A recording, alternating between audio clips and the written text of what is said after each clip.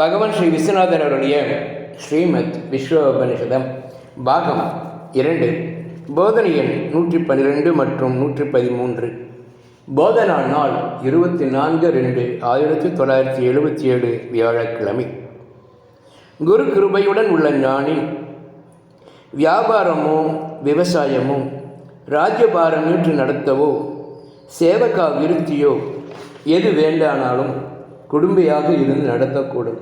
பிராரத்தம் அத்தகையதாக இருந்தால் எப்படி செயல் நடைபெறுகிறது என்று சந்தேகிக்கலாகாது. ஏன்? அகங்காரியை பிரித்து கண்டு திடமடைந்து உள்ளதால் வெளிப்படையாக செயல் நடந்தேறினாலும் உள்ளூராக இதய பந்தமில்லாமல், அதாவது சற்றும் பாதியாமல் விவகாரம் நடைபெறும். யாரையுமே நிந்தனை, கேலி, கிண்டல், அவமானம் செய்தல் கூடவே கூடாது. பெரியவர்களை, ஜீவன் முக்தர்களை பிரித்து அறிவது மிக கடினம். ஆகையால் எக்காரணத்தாலும் பிறனிந்தை கூடாது.